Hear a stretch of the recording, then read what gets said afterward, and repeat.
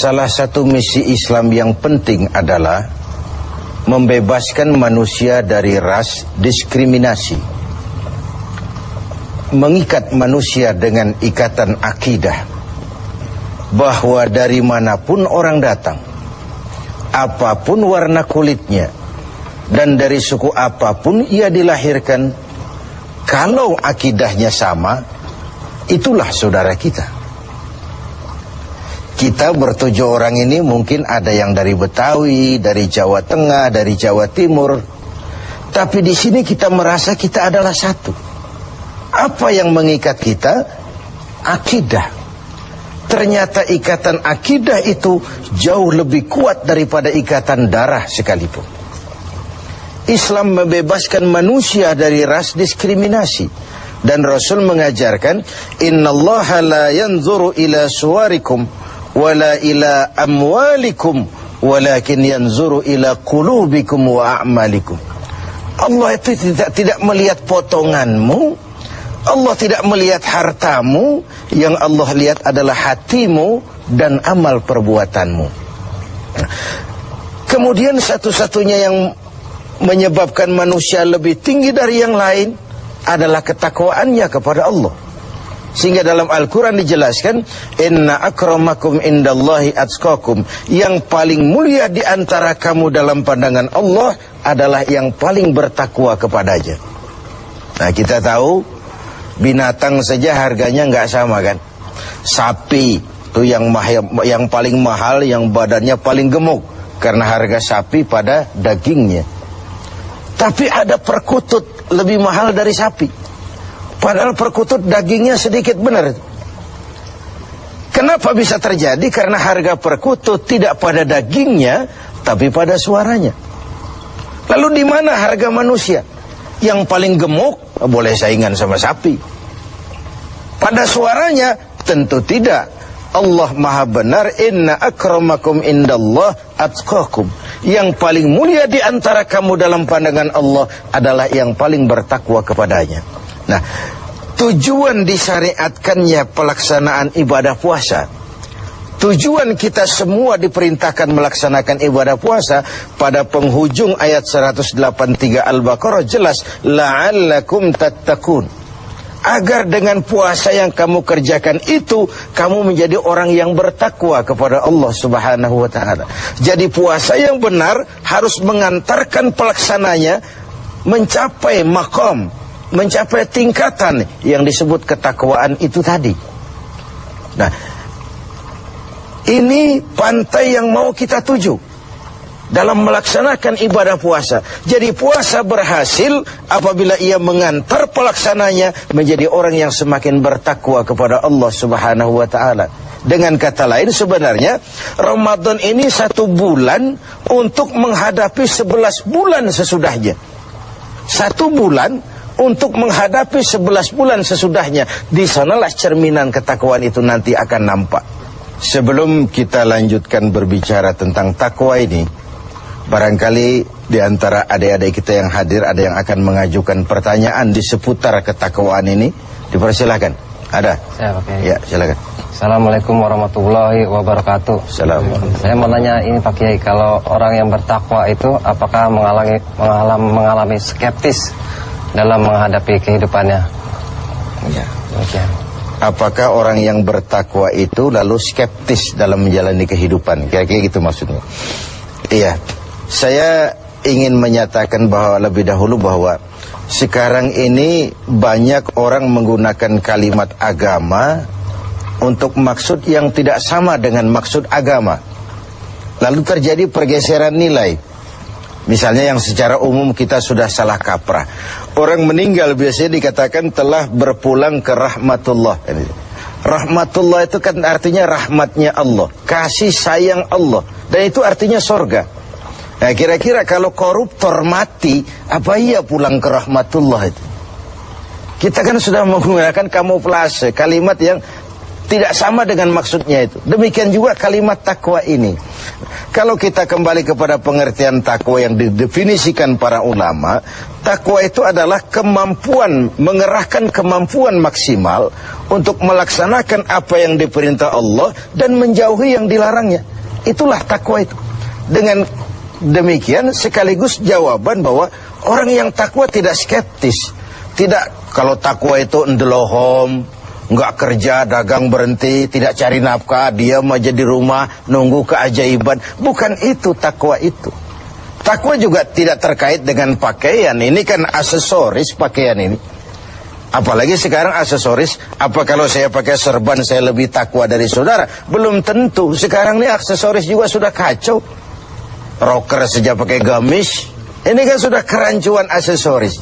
Jadi sama sekali itu tidak terkait. Dengan demikian orang yang takwa bukan orang yang skeptis. Dia malah harus orang yang optimis menghadapi kehidupan. Karena sesungguhnya yang namanya takwa, kemampuan melaksanakan yang diperintah, kemampuan menjauhi yang dilarang olehnya. Nah, ini sebuah gambaran bahwa disitulah harga manusia itu. Pada kemampuannya menjadi pelaksana yang diperintah Allah dan meninggalkan apa yang dilarangnya. Sehingga kalimat ini kita dudukan, kan ini takwa ini pun sudah jadi lalap di mulut bangsa kita ini. Pejabat kalau dilantik bertakwa, bertakwa, bertakwa. Habis dilantik jabat takwa ngalor dia ngidul.